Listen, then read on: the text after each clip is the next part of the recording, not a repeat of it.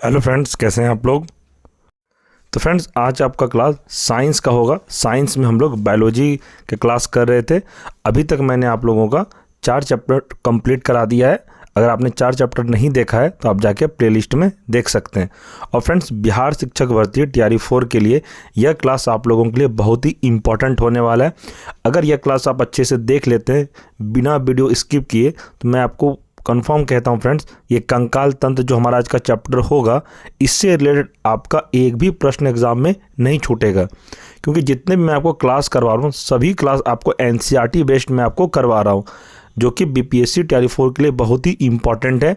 और फ्रेंड्स, मैं आपको बताऊँगा ये कंकाल तंत्र से रिलेटेड अभी तक TRE 3 तक में कितने प्रश्न एग्जाम में पूछा गया था। तब आपको ये बात का ट्रस्ट हो जाएगा कि NCERT पढ़ना कितना ज़रूरी है, और यह क्लास से आपका बाहर एक भी प्रश्न नहीं जाएगा, ये मैं आपको 100% कह सकता हूँ। फ्रेंड्स, वीडियो के अंत तक आप जरूर बने रहिएगा। वीडियो को अगर आप स्किप करते हैं तो आपको समझ में नहीं आएगा। तो फ्रेंड्स, चलिए शुरू करते हैं।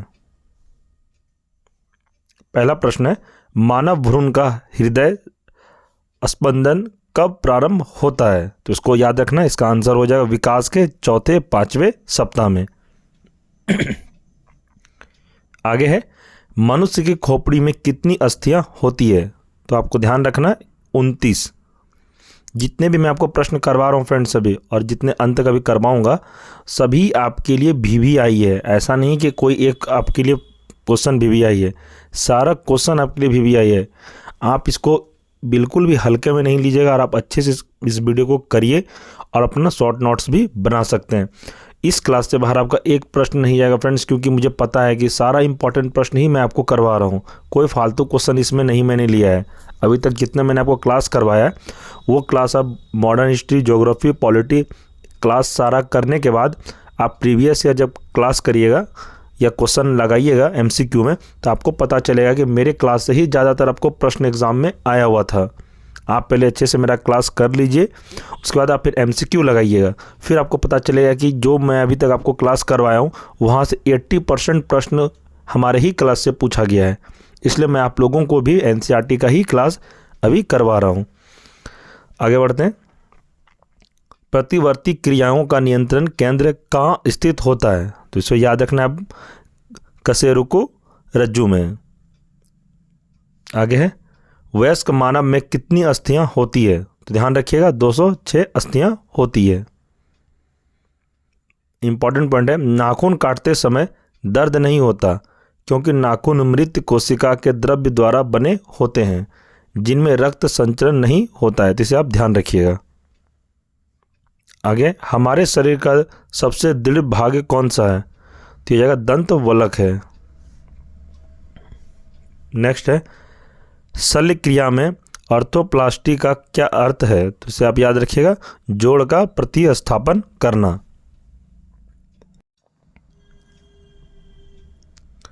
देखिए फ्रेंड्स, जो इंपॉर्टेंट ज़्यादा था मैंने आपको हाईलाइट करके इसमें दिखाया। देखिए इंपॉर्टेंट पॉइंट है, मानव शरीर में सबसे छोटी हड्डी कान की होती है। आपसे एग्जाम में प्रश्न पूछा जाएगा कि मानव शरीर में सबसे छोटी हड्डी कौन सी है? तो आपको याद रखना, एक कान की हड्डी होती है, जिसे स्टेपिज कहा जाता है। तो इसे आप ध्यान रखिएगा फ्रेंड्स, ये भी आपके लिए इम्पॉर्टेंट हो सकता है, क्योंकि TRE 2 में ये वाला प्रश्न डायरेक्ट देखने को मिला था कि हमारे शरीर में सबसे छोटी हड्डी कौन सी है? तो ये कान की हड्डी है। इसे आप ध्यान रखिएगा, TRE 4 में हो सकता है ये प्रश्न आपको दोबारा मिल सकता है एग्जाम में।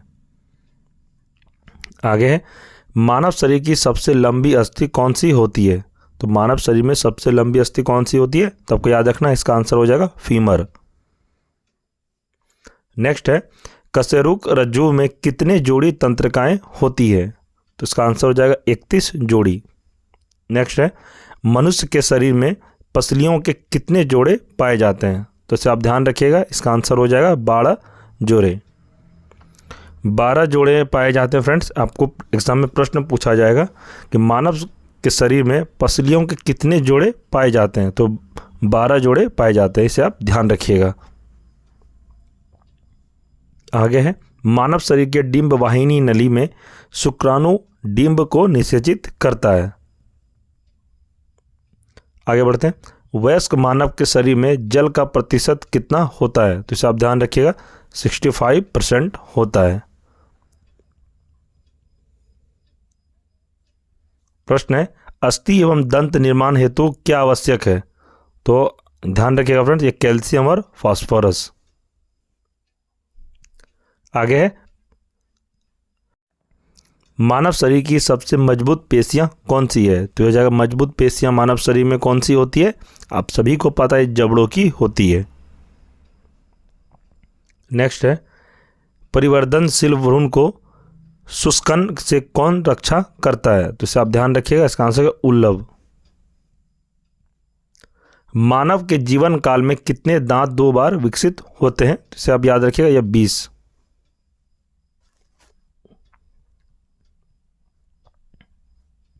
आगे है, मनुष्य की खोपड़ी में अस्थियों की कुल संख्या कितनी होती है?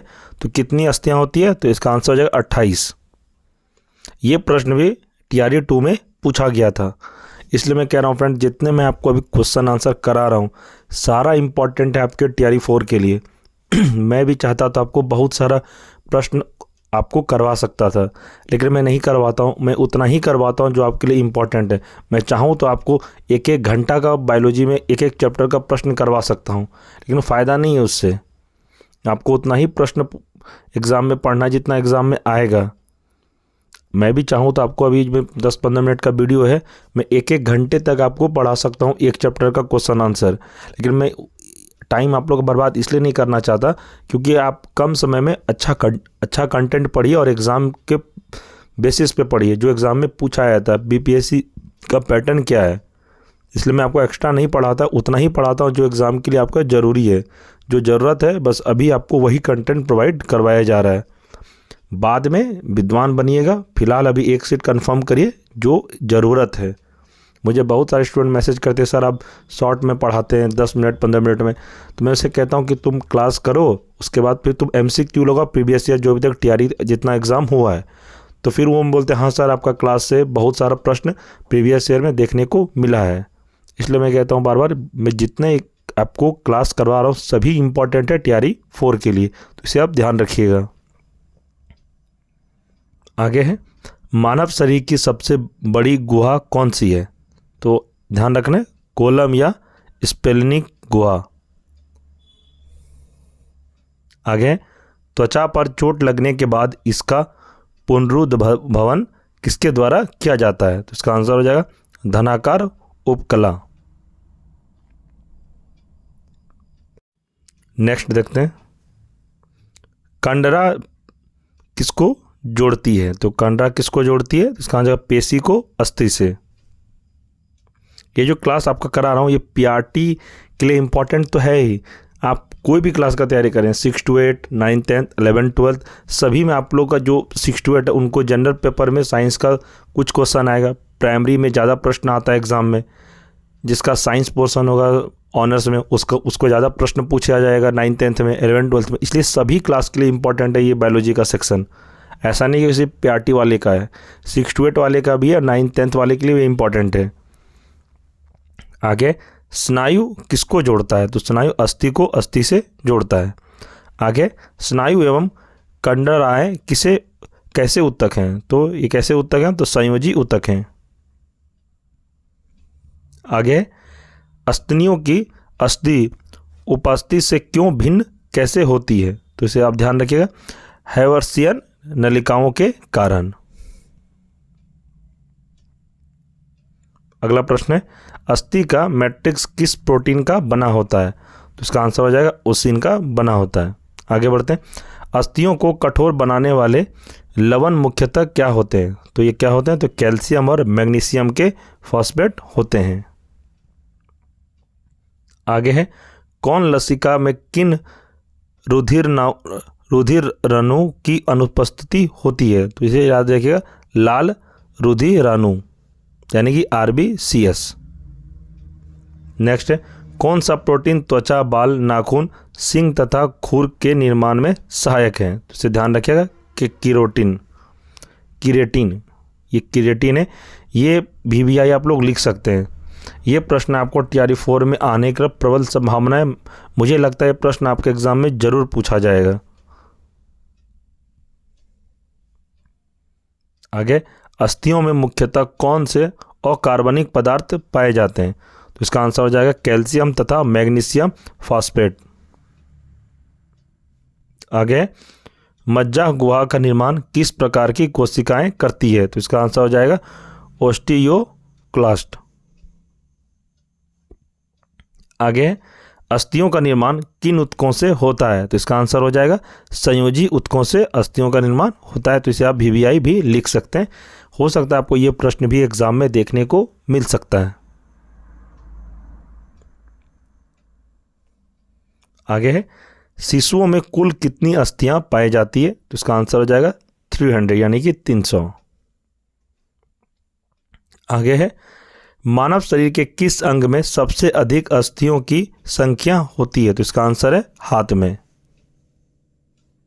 नेक्स्ट है, किस प्रकार की संधियों द्वारा हमारी खोपड़ी की अस्थियां परस्पर जुड़ी होती है? तो इसका आंसर है अचल संधि। नेक्स्ट देखते हैं, मनुष्य के कंकाल में कब्जा संधि का एक उत्कृष्ट उदाहरण किन अस्थियों की संधि में मिलता है? तो इसका आंसर हो जाएगा अल्ना एवं हार्मर्स। फ्रेंड्स, इस चैप्टर से जितने इंपॉर्टेंट प्रश्न थे मैंने आपको इस वीडियो में पूरा कंप्लीट करा दिया। कंकाल तंत्र से रिलेटेड जितने भी आपको एग्जाम में प्रश्न पूछा जाएगा, इस क्लास से बाहर एक भी प्रश्न आपको देखने को नहीं मिलेगा। अगर ये क्लास आपको समझ में नहीं आया तो वीडियो को 1 से 2 बार देख लीजिए, आपको अच्छे से समझ में आ जाएगा। इससे पहले अभी आप लोगों ने 4 चैप्टर जो मैं आपको बायोलॉजी में करवाया हूँ, आपने नहीं देखा तो प्लेलिस्ट बना हुआ है, आप जाके शुरू से क्लास कर सकते हैं। और फ्रेंड्स, इस क्लास का आपको PDF चाहिए तो वीडियो के डिस्क्रिप्शन में टेलीग्राम का लिंक दे दिया गया, आप टेलीग्राम को ज्वाइन करिए। वहाँ पे आपको BPSC TRE 4 से रिलेटेड जितने भी स्टडी मटेरियल होते हैं सारा वहीं पर सेंड किया जाता है। और फ्रेंड्स, ये जो क्लास आपका मैं कराई ये NCERT बेस्ड क्लास था, जिसका चैप्टर है कंकाल तंत्र। ये क्लास आप अच्छे से कर लीजिएगा। यहाँ से आपको 2 प्रश्न या 1 प्रश्न जरूर एग्जाम में देखने को मिलेगा। और फ्रेंड्स, अगर आप चैनल पर नए हैं तो चैनल को सब्सक्राइब कर लें और बेल आइकन को प्रेस अवश्य कर लें। और फ्रेंड्स, यह वीडियो अगर आपको अच्छा लगा तो वीडियो को लाइक करें और इसे दोस्तों में भी शेयर करें। तो फ्रेंड्स, ठीक है, हम लोग नेक्स्ट वीडियो में मिलेंगे। तब तक के लिए धन्यवाद।